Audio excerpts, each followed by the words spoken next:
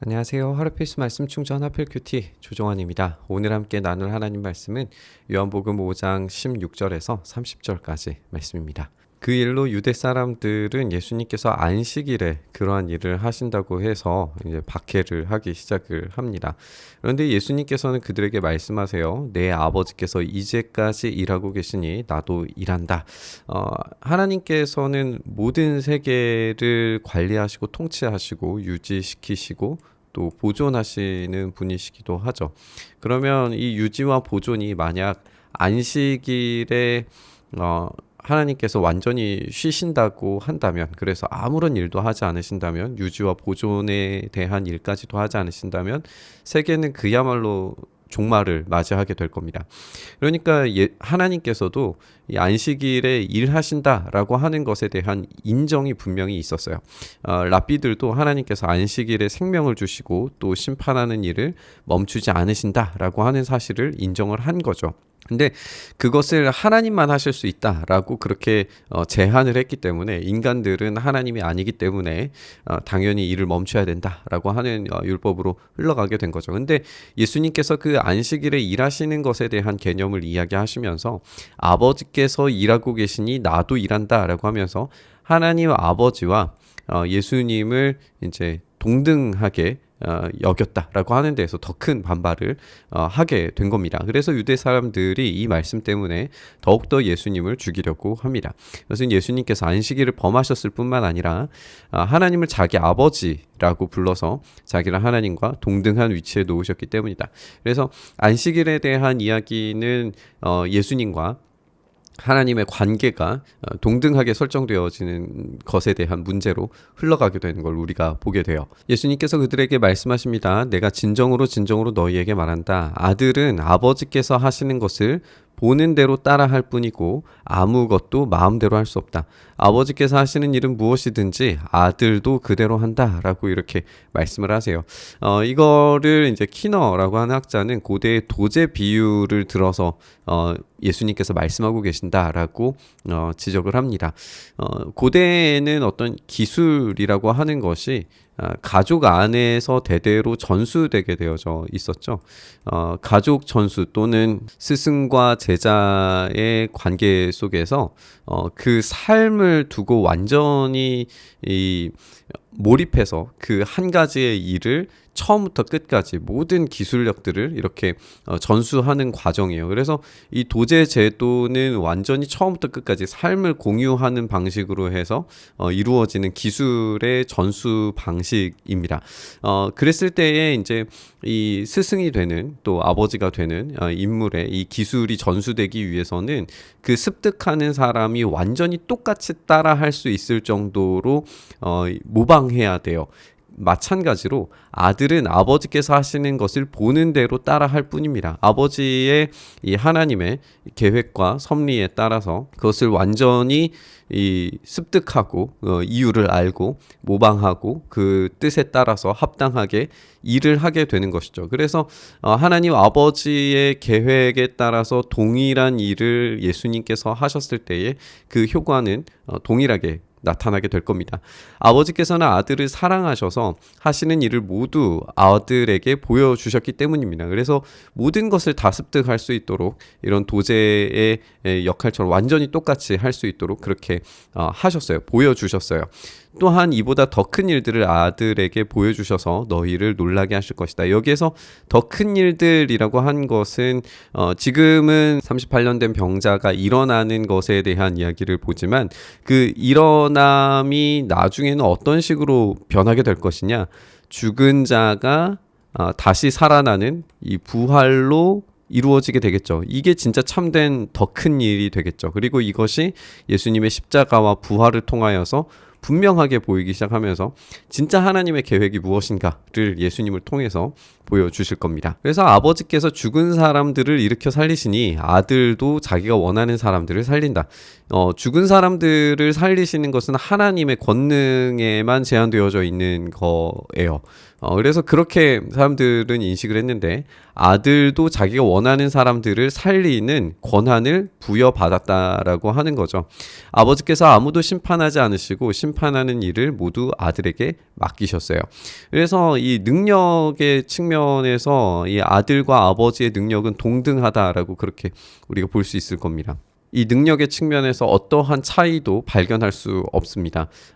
우리 주님께서는 하나님의 그 권세와 권위와 동등하신 그 위격을 가지고 일을 하실 겁니다. 그 심판하는 일을 아버지께서 맡기셨어요. 그래서 이런 능력으로 모든 사람이 아버지를 공경하듯이 아들도 공경하게 하시려는 계획을 가지고 계세요. 그래서 모든 생명을 살리시는 아버지를 예배해야 하듯이 아들도 그렇게 예배 받으시기 합당하신 분이다라고 하는 것을 우리가 알 수 있는 거죠. 반대로 아들을 공경하지 않는 사람은 아들을 보내신 아버지도 공경하지 않는다라고 하시면서 이 하나님 아버지와 아들 예수님의 이 동등된 예배 받으시기 합당한 분이시다라고 하는 사실이 강조되는 걸 우리가 읽게 됩니다. 내가 진정으로 너희에게 말한다. 내 말을 듣고 또 나를 보내신 분을 믿는 사람은 영원한 생명을 가지고 있고 심판을 받지 않는다. 그는 죽음에서 생명으로 옮겨갔다. 지금 이미 이 부활에 대한 이야기가 현재화되어져 있는 것을 읽게 되죠. 죽음에서 생명으로 옮겨지는 이야기는 먼 미래에 이루어지는 이야기가 아니라 지금 당장 경험할 수 있는 이야기로 예수님께서 말씀하고 계세요. 우리가 앞서서 이야기되는 것처럼 위로부터 다시 태어남, 그리고 다시 태어남, 이 주제를 생각을 해볼 때 지금 여기 영원한 생명을 가지고 있고 심판을 받지 않는다라고 하는 것은 위로부터의 새로운 탄생, 다시 태어남을 말씀하고 계시는 것이다 라고 그렇게 우리가 볼 수 있어요. 내가 진정으로 너희에게 말한다. 죽은 사람들이 하나님의 아들의 음성을 들을 때가 오는데 지금이 바로 그때다라고 이야기하고 있어요. 그러니까 지금 이때다라고 하는 측면으로 봐서 심판의 역사가 최후에 일어날 일만 이야기하는 것이 아니라 지금 일어나게 될 이야기, 죽은 사람들이 하나님의 아들의 음성을 듣게 되는 때가 오는데 그때가 지금이다라고 하는 것이고, 그것이 지금 예수님의 사역 가운데에서 최종적으로 드러나게 되리라고 하는 거죠. 그것이 십자가와 부활의 역사가 될 겁니다. 그리고 그 음성을 듣는 사람은 살게 될 거예요. 그래서 이 다시 살아남이라고 하는 이 부활이 현재적으로 경험되는 측면이 분명히 있고, 그 현재적으로 경험되는 측면이 이 다시 태어남의 주제를 반복해서 이야기하시는 것이다 라고 우리가 읽을 수가 있습니다. 근데 이것은 우리가 함께 계속 살펴보게 되겠지만, 현재 경험하는 이 다시 태어남, 이 되살아남, 이 거듭남의 이 경험이 완전히 새롭게 태어나게 되는 이 부활의 사건까지 쭉 이어지게 될 것이고, 부활 때에 완성될 거예요. 그러니까 우리가 지금 다시 태어나는 경험을 하지만 그 경험은 언제나 새롭게 경험되어야 할 이야기라는 점도 우리가 한번 생각을 해봤으면 좋겠습니다. 그것은 아버지께서 자기 속에 생명을 가지고 계신 것 같이 아들에게도 생명을 주셔서 그 속에 생명을 가지게 하여 주셨기 때문이다. 오늘 이야기의 방점은 하나님께서 그 권능과 능력과 이 생명의 수여에 대해서 아들에게 동일한 권한과 능력을 주셨다라고 하는 것에 대한 강조예요. 그래서 안식일에 대한 것도 마찬가지고 예수님께서 하나님과 동등되심을 강조하는 본문으로 우리가 읽을 때에 이 생명 주심도 마찬가지의 권능을 우리 예수님께 주셨다라고 하는 이야기로 우리가 읽을 수 있어요. 또한 이제 이어지는 이야기는 심판하는 권한을 주셨다라고 하는 거예요. 아버지께서는 아들에게 심판하는 권한을 주셨어요. 이 아들이 인자이기 때문이다. 이 심판하는 권한을 가지고 주님께서 어떻게 사용하실 것인가에 대해서 이야기하시는데, 이 말에 놀라지 말아라. 무덤 속에 있는 사람들이 다 그의 음성을 들을 때가 오는데 선한 일을 한 사람들은 부활하여서 생명을 얻고 악한 사람들을 한 사람은 부활하여서 심판을 받게 된다. 이거는 이제 미래적 사건이죠. 아까는 우리가 무덤 속에 있는 사람들이 다 그 음성을 들을 때가 오는데 그때가 지금이다라고 말씀하시면서 십자가 부활을 이야기하시는 것 같은데, 여기에서는 무덤 속에 있는 사람들이 그의 음성을 들을 때가 오게 되는데 선한 사람과 악한 사람들이 모두 다 부활하는 때가 오게 되는 거예요. 이거는 이 최종적 심판이죠. 그래서 지금 사실 십자가와 부활의 사건과 최종적인 심판이 상당히 오버랩되어서 표현하고 계시는 것을 우리가 읽게 돼요. 그래서 십자가와 부활이라고 하는 사건은 최종적 심판, 모든 세계가 완성되어지는 그 최후의 순간과 연결이 되어져 있고, 그만큼 이 십자가와 부활이 정말 이 하나님의 계획 가운데에서 가장 중요한 순간이다라고 하는 것을 우리가 생각을 해볼 수 있어요. 또 한 가지 이제 우리가 생각해야 되는 것은 선한 사람도 부활하고 악한 사람도 부활한다라고 하는 거예요. 우리 모든 사람들, 모든 인류는 최종적 순간에 부활하게 될 겁니다. 근데 그 부활 이후에 우리가 나뉘어지게 되는 거죠. 생명을 얻는 부활이 있고 심판에 떨어지는 부활이 있어요. 이 부활 가운데 우리가 무엇을 선택할 수 있느냐? 다른 어떤 길이 있는지에 대해서 주님께서 단 한 번도 다른 이야기를 하신 적이 없죠. 오직 그 생명 주시는 분에게서 권한을 받은 그 권한의 이 동등함을 가지신 예수님께서 그 생명을 주실 권한도, 그것을 판단하실 권한도 있으시다라고 하는 것이 오늘 계속 강조되어 왔어요. 그래서 이 생명 주시는 분을 선택하고 그분을 따라갈 때 어떠한 흔들림 없이 확실하게 제공되어지는 생명을 얻을 수 있다라고 하는 것을 분명하게 이야기하고 계십니다. 그리고 이것을 본인 스스로, 예수님 스스로가 생각하셔서 스스로 판단하셔서 혼자서 계획하신 일이 아니라 아버지께서 하라고 하시는 대로 심판하신다는 거예요. 우리가 아까도 이야기했던 것처럼 이 도제의 이 삶을 보면 이 능력치라고 하는 것이 이 장인의 기술, 생각, 의도, 이 모든 것들을 다 복사하는 형식이거든요.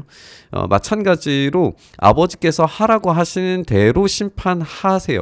그런데 그것을 자율적인 능력으로 하신다라고 하는 거죠. 그래서 내 심판은 올바르다. 그것이 내가 내 뜻대로 하려고 하지 않고 나를 보내신 분의 뜻대로 하려고 하기 때문이다 라고 이렇게 말씀하시면서 하나님 아버지의 뜻과 아들 예수님의 뜻이 완전히 동일하고 그것을 통해서 이 심판을 반드시 행하신다 라고 하시는 이야기를 오늘 우리가 읽게 됩니다. 이렇게 하나님 아버지와 아들 예수께서 동등한 능력과 권위와 권세를 가지고 부활과 심판을 행사하신다 라고 하는 것을 우리가 읽게 됩니다.